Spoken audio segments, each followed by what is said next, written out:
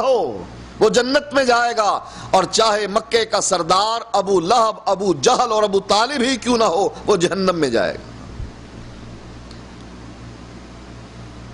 کہا میں بھی جا سکتا ہوں؟ کہا ہاں تو بھی جا سکتا ہے۔ کہا یہ بکریاں ہیں ان کا کیا کروں؟ کہا ہانک دے بستی کی طرف، اپنے گھروں میں چلی جائیں گی۔ کہا اچھا پھر کیا کروں؟ پہلے لڑوں ان لوگوں سے جن سے آپ لڑ رہے ہیں، یا پہلے اسلام قبول کروں؟ آپ نے فرمایا پہلے لا الہ الا اللہ کہہ، پہلے اس کلمے کو پڑھ، شہادت دے اس بات کی کہ اللہ کے علاوہ کائنات میں کوئی الہ نہیں، اور مان اس کو کہ میں اللہ کا آخری نبی ہوں۔ کلمہ پڑھنے سے پہلے لڑنے کے لیے جانا یہ گمراہی ہے، اس سے کوئی فائدہ نہیں ہوگا۔ نبی اکرم صلی اللہ علیہ وآلہ وسلم کے ساتھ ایک شخص میدان جنگ میں لڑائی میں مصروف تھا، اس کا شمار کافروں میں ہوتا تھا لیکن لڑ مسلمانوں کی طرف سے رہا تھا۔ قتل ہوا، زخمی ہوا، شدید زخمی ہوا، مرنے کے قریب ہوا۔ نبی اکرم صلی اللہ علیہ وآلہ وسلم نے اس کی طرف اپنے صحابہ کو بھیجا کہ جاؤ اس سے پوچھو قوم کی حمیت میں لڑنے کے لیے آیا ہے، تیری قوم لڑ رہی ہے اس لیے لڑنے کے لیے آیا ہے، یا کوئی لڑنے کا مقصد کچھ اور ہے؟ ہم تجھے مسلمان نہیں سمجھتے ہیں، ہمارے سامنے تو نے اقرار نہیں کیا، لیکن تو لڑائی میں ہماری طرف سے شریک ہے، ہمیں یہ بتلا قوم کی حمیت میں لڑنے کے لیے آیا ہے کہ تیرا قبیلہ لڑ رہا ہے، یا کوئی اور سبب ہے؟ صحابہ پہنچے تو کہنے لگا میں قوم کی حمیت میں لڑنے کے لیے نہیں آیا، بلکہ میں نے اسلام قبول کر لیا تھا اور میں اسلام کی حمایت میں لڑنے کے لیے آیا، کیونکہ اس کو پتا تھا اگر قوم کی وجہ سے لڑنے کے لیے آیا، کلمہ نہیں پڑھا، عمل کیا لڑائی کا، اور وہ عمل جو اسلام کی کوہان ہے اس پر عمل کیا، اگر بنیاد نہیں رکھی جہنم ملے گی، جنت نہ ملے گی۔ اسی لیے وہ غلام پوچھتا ہے پہلے کلمہ پڑھوں یا لڑوں؟ آپ نے فرمایا پہلے بنیاد رکھ، پھر جا کر لڑائی میں شرکت کرنا۔ اسلام قبول کر کے میدان جنگ میں اترا، پہلے ہی ریلے میں شہید ہو گیا۔ نبی اکرم صلی اللہ علیہ وآلہ وسلم نے فرمایا اس نے کوئی عمل نہیں کیا، اس کو موقع ہی نہیں ملا، عمارت بنانے کا موقع ہی نہیں ملا، نہ نماز، نہ روزہ، نہ حج، نہ زکوٰۃ، یہ اللہ کے راستے میں مر گیا۔ میں نے اس کے سرہانے جنت کی 72 حوروں کو بیٹھے ہوئے دیکھا۔ ثابت کیا ہوا؟ اگر بنیاد صحیح ہے، لا الہ الا اللہ پر ایمان ہے تو جنتی ہے، اور اگر لا الہ الا اللہ پر ایمان نہیں، عمل بے شمار ہے، کبھی جنت نہیں ملے گی۔ دعوت و تبلیغ کا پہلا اصول لوگوں کو دعوت دو، یا ایھا الناس قولوا لا الہ الا اللہ۔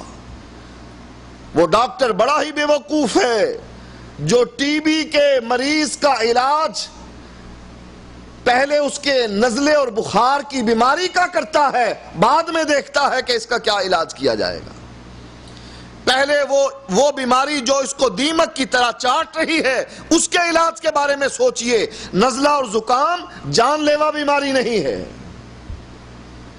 اگر آپ امت کو اس بات کی دعوت دیتے ہیں یا ایھا الناس قولوا لا الہ الا اللہ، جیسا کہ اللہ کے نبی نے یہ دعوت دی تھی، چاہے اس دعوت کے بدلے میں پتھر پڑے، کانٹوں پر چلنا پڑے، سر پر خاک ڈلوانی پڑے، گریبان پھڑوانا پڑے، چہرے پر تھوکنا برداشت ہے، بیٹیوں کو طلاق دلوانی پڑے، اپنا آبائی شہر مکہ چھوڑنا پڑے یہ تو گوارا ہے، لیکن اس دعوت میں شرکت گوارا نہیں۔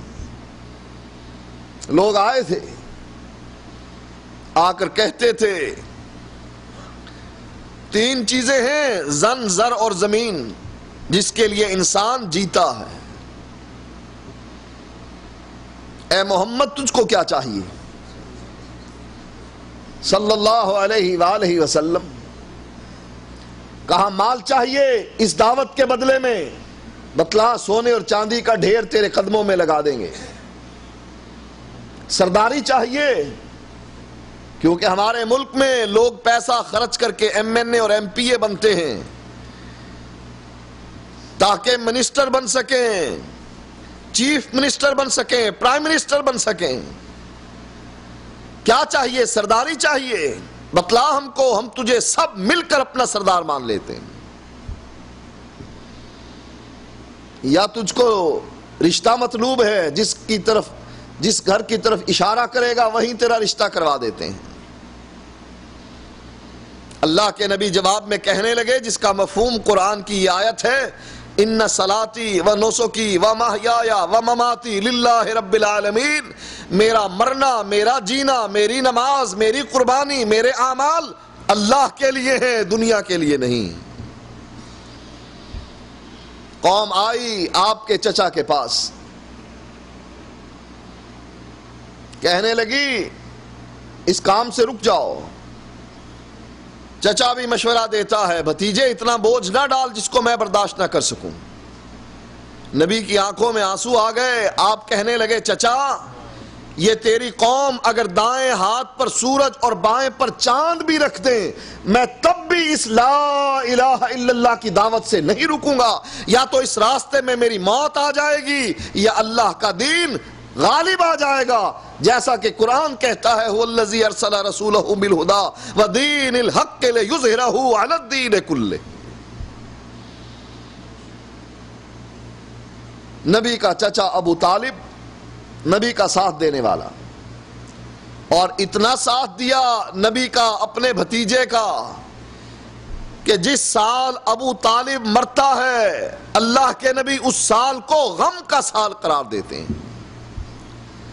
بھتیجے جا، جو کہنا ہے کہہ، جو انگلی تیری طرف اٹھے گی کاٹ دوں گا، جو آنکھ تیری طرف اس طریقے سے دیکھے گی وہ آنکھ پھوڑ دوں گا، کوئی تجھ کو کچھ نہ کہہ سکے گا۔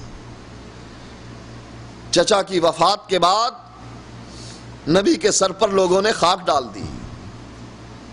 نبی اکرم صلی اللہ علیہ وآلہ وسلم فرمانے لگے، جب تک میرا چچا زندہ تھا لوگوں کو یہ جرت نہ ہوئی تھی کہ مجھ کو اس طریقے سے تنگ کریں۔ آج میرا چچا نہیں ہے، اس وجہ سے میرے ساتھ یہ سلوک کیا جا رہا۔ وہی چچا جو شیب ابی طالب میں